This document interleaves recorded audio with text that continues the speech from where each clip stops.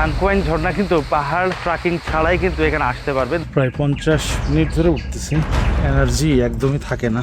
ওই জুমঘরটাই ছিলাম। পাহাড়ি জীবন পাহাড়ে না আসলে বোঝা সম্ভব না। যা বলেছিলাম ঠিক তাই, এদের 12 জনের একটা গ্রুপ এসেছে। এরা গত 3 দিন ধরে হেঁটেছি বান্দরবানের দুর্গম পাহাড়ি পথ। মিনিয়নপাড়া থেকে রুংরং পাহাড়, সেখান থেকে দুধধর্ষ ক্রিস্তং সামিট, তারপর থংখইপাড়া। রাতের কঠিন রাস্তা ভেঙে নেমেছি টোয়াইন খালে, আর শেষমেশ পৌঁছেছিলাম পালংখিয়াং এর সেই মায়াবী ঝর্ণার কাছে। আজ সেই অভিযানের চতুর্থ আর শেষ দিন। সকালেই পালংখিয়াং ঝর্ণা থেকে আবারও রওনা হলাম সেই টোয়াইন খাল ধরে। সামনে অপেক্ষা করছিল র্যাম্বুক পাহাড়ের পথ। পাহাড় পার হলাম, একটু থামলাম হাজরং পাড়ায়, তারপর নেমে এলাম আরেকটি পাহাড়ি গ্রামে থানকুয়াইন পাড়া। আর এই পাড়াতেই লুকিয়ে আছে এক মায়াবী সৌন্দর্য, থানকুয়াইন ঝর্ণা।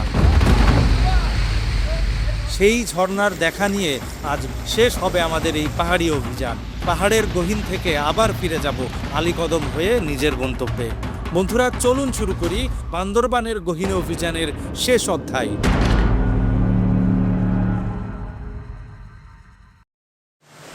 শুভ সকাল বন্ধুরা। আমরা তৃতীয় দিন শেষের চতুর্থ দিনে আজকে পানির সরবরাহ হচ্ছে, পানিটা যাচ্ছে যেভাবে, সেটা আসলে কিভাবে যায় সেটা একটু দেখানোর জন্য।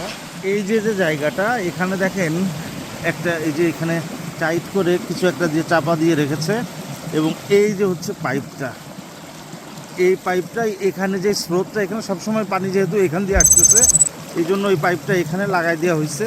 এটাকে বাঁধাও হয়েছে আবার এখান থেকে, যেন পাইপটা সরে না যায়। এখানে বাঁশও দেওয়া আছে। এই পাইপ দিয়ে পানিটা মূলত চলে যাচ্ছে হচ্ছে ওইখানে এবং ওই পাশে, ওইখান থেকে টেনে নিয়ে ওই পাশে আগে যাচ্ছে ওই পাশে। তো প্রত্যেকটা পাড়ায় আমরা যতগুলো পাড়া গিয়েছি, এরকম যতগুলো পানির লাইন সোর্স ছিল, এই কিন্তু সব এইভাবেই উপরের থেকে যে ঝর্ণাগুলো আসছিল সেখানে যে কোনো একটা জায়গায় এরকম কানেক্টেড করা হয়েছে। শেষ খাওয়া এখানে পালংখিয়াং ঝর্ণাতে রান্না করছে মানিক ভাই।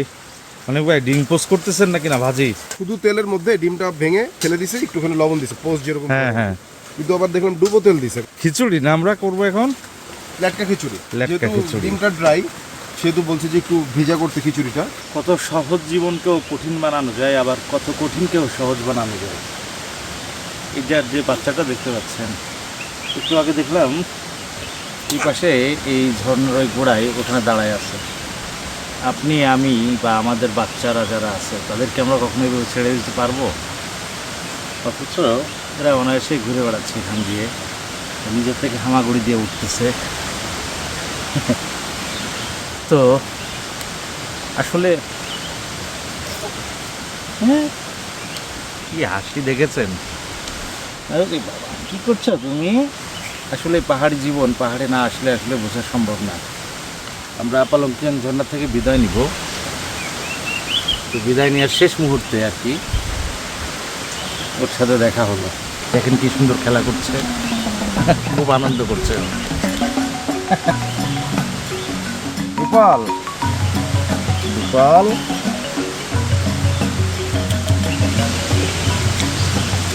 অবশেষে 3 দিনের জার্নি শেষ করে আমরা মধুর কিছু স্মৃতি সাথে নিয়ে পালংখিয়াং ঝর্ণা থেকে বিদায় নিয়ে রওনা হয়েছি।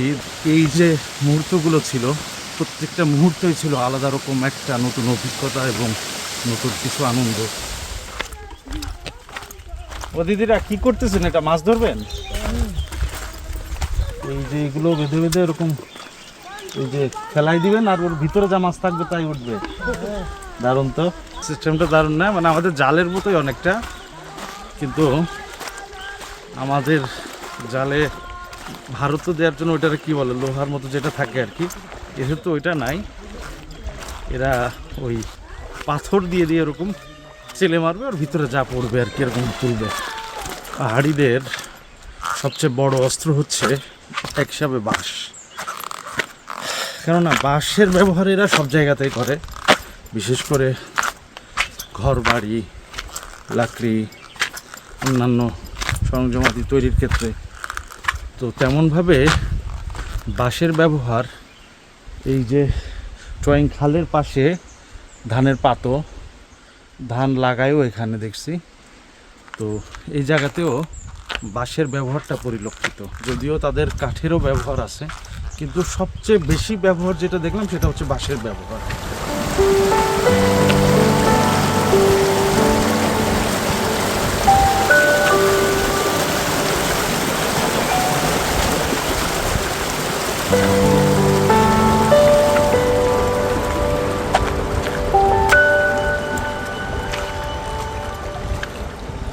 মোটামুটি টয়িং খালের ভিতর দিয়ে হাঁটা আপাতত শেষ, কারণ এখন আমরা উপরের দিকে উঠবো, আবার পাহাড় ওঠা শুরু করতে হবে। এই যে এই দিক দিয়ে শেষ পাহাড়।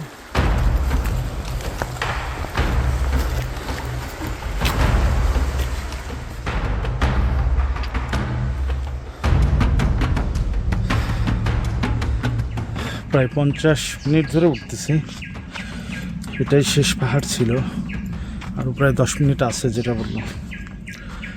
আসলে এনার্জি একদমই থাকে না, এরপরে আর কোনো পাহাড় নাই। এখানে পাইপ আছে, মানে শব্দও শোনা যাচ্ছে, যেহেতু সামনে একটা পাড়া আছে তাই পাহাড়ের উপরে। এই যে বেড়াগুলা, এগুলা কিন্তু এক একটা পাড়ার এক একটা জায়গা নির্ধারণের হিসাব কিতাব হিসেবে ধরা হয়। ওই যে ঠিকই ধরছি। ও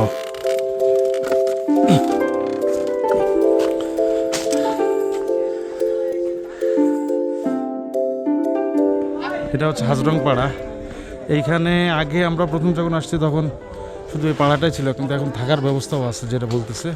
এটা কি দোকান? এখন দোকানও হয়ে গেছে। বাহ, চমৎকার। হাজরং পাড়া, এটা এখন একটা দোকান হয়েছে মোটামুটি। এগুলো কিচ্ছু ছিল না, এখানে পুরো কটকটা রোদ ছিল, এখন এখানে দোকান হয়ে গেছে দেখতেছি। অনেক গাইড এখানেই ছিলেন, আর যাননি সামনের দিকে। একটা ইম্পর্টেন্ট কথা হলো, আপনারা যারা বান্দরবনে আসবেন, আসার সময় তো আসলেন, কিন্তু যাওয়ার সময় যদি টিকিটটা না কাটতে মনে থাকে অথবা অগ্রিম ফিরতি টিকিট না কাটার কথা ভুলে যান, তাহলে যেটা করবেন, এই হাজরংপাড়া এখানে এসে নেট পাওয়া যায়। তো এর আগে ওইদিকে আর নেট পাওয়া যায় না। তো এখানে আসার পরে এখান থেকে ওই গাইডের কাছে নর্মালি নাম্বার থাকে, তারপরেও তো আমি নাম্বার দিয়ে দিচ্ছি। এই কাউন্টারগুলোতে নাম্বার, মানে ফোনে কল দিয়ে তারপরে আপনি বুক করে নিতে পারবেন, ওরা বুকিং করে রেখে দেয়। আপনারা যদি নন এসিতে যান তাহলে 1050 টাকা পড়বে। আর আলীকদম থেকে নন এসি ছাড়া এসি কোনো বাস নাই। এসি বাসে যদি যাইতে হয় তাইলে কক্সবাজারের ওই বাসে যাইতে হবে, সেটা হচ্ছে চকরিয়া গিয়ে আলীকদম থেকে চকরিয়া যেতে হবে, চকরিয়া থেকে তারপরে হচ্ছে যেতে হবে। তো আপনারা নন এসি বাস আলীকদম থেকে পেয়ে যাবেন মোটামুটি, যদি খুব বেশি ভিড় না থাকে সেই ক্ষেত্রে আলীকদমের টিকিট পেয়ে যাবেন। এতদিন ঘুরলাম খালি, কিন্তু রৌনক কিন্তু এই যে ওইটাই কিন্তু চূড়া, আমরা ঠিক ওইখানেই উঠছিলাম। ওইখানে একটা জুমঘর দেখা যাচ্ছে ছোট্ট, ওই জুমঘরটাই ছিলাম, ওইখানে একটু ওয়েট করছিলাম আর কি। ওই যে হ্যাঁ হ্যাঁ, এইটার উপরে মিনিমাম পাড়া, হ্যাঁ, এইখান থেকে আমরা ওই ঘুরে ওইখানে উঠছিলাম। আমরা এদিক দিয়ে যাইয়া আমরা তো পুরো এই দিক দিয়ে ঘুরে উঠছি, ছিলাম হচ্ছে মিনিয়ন পাড়ায়, ওইখান থেকে হচ্ছে পরে রংরঙে ওই জুমঘরে একটু বৈশা, আবার তারপরে ওই দিক দিয়ে গেছিলাম না, পিস্তং উঠছিলাম ওইদিকে যায়। হাঁটতে হাঁটতে নামতে নামতে আমরা চলে এসেছি আরও একটা পাড়াতে। এটা বড়তলি পাড়া যেটা বলা হয়। এই পাড়া নামগুলা অনেকটা গাইডের কাছ থেকে শোনা বলে কিছুটা হয়তো বা এলোমেলো হতে পারে, গাইড যেটা বলতেছে সেই হিসাবেই, কারণ তথ্য ওইভাবে নাই। বড়তলি পাড়া বলে এটা। হাজরং পাড়ার থেকে 20-25 মিনিট হেঁটে আসলে এই পাড়াটা পাবেন। নিচের দিকে নামতে হবে পুরোটা, আসার পরে এই পাড়াটা পাবেন। আমরা অলরেডি টয়িং খাল আবারও পেয়েছি, তো তার মানে আমাদের আর পাহাড়ের হিসাব নিকাশ হয়তো বা শেষ হলো। বড়তলি পাড়ার জীবন, যতগুলো পাড়া আছে সবগুলো পাড়ার পাহাড়ের বিশেষ করে একই ধরনের। এখানে কিছু চিল্লাপাল্লা শুনতে পাচ্ছিলাম, এখানে একটা ঝর্ণা আছে, এখানে সবাই গোসল টোসল করতেছে। সেই গ্রুপ, যে গ্রুপ আমরা আগে দেখে এসেছি, ওরাই এখানে গোসল করতেছে। এই যে যা বলেছিলাম ঠিক তাই, এদের 12 জনের একটা গ্রুপ এসেছে, এরা এই ঝর্ণাতে এরা গোসল করতেছে। দেয়ানাদের সুইমিং পুল। এই পাহাড়ি অঞ্চলে এই ঝর্ণার সুইমিং পুলগুলো এত চমৎকার হয়, চমৎকার, আসলে অসাধারণ। গোসল করবো আবার কেনে, কাপড় চোপড় তো সাথেই আছে, করাই যায়। ক্লান্ত শরীর আর যেহেতু পাহাড় পাওয়া লাগবে না লাগবে না, এই আনন্দে আনন্দে আমরা গোসল আনন্দে করবো। এক shot মেরে দিলাম। Right, okay, let's go. থাংকুয়াইন ঝর্ণা বড়ই অদ্ভুত ঝর্ণা, কিছু যেন আছে এর ভেতরে। নদী ও খালের বুক চিরে স্নিগ্ধ জলধারা পাহাড়ের বুক থেকে নেমে আসে, যেন পাহাড় নিজেই প্রাকৃতিক সঙ্গীত বাজাচ্ছে। চারপাশে ঘন সবুজ বন, উঁচু পাহাড় আর ছোট ছোট ঝিরিপথ। স্থানীয় ত্রিপুরা ও মারমা উপজাতিরা এই ঝর্ণাকে তাদের পাড়ার সাথে যুক্ত রেখেছে। থাংকুয়াইন, থাং মানে পাহাড় আর কুয়াইন মানে ছোট্ট গ্রাম। এই পাড়ার প্রতিটি ধারা, প্রতিটি ছিরি যেন গল্প বলে প্রকৃতি আর মানুষের এক মিলন স্থানের।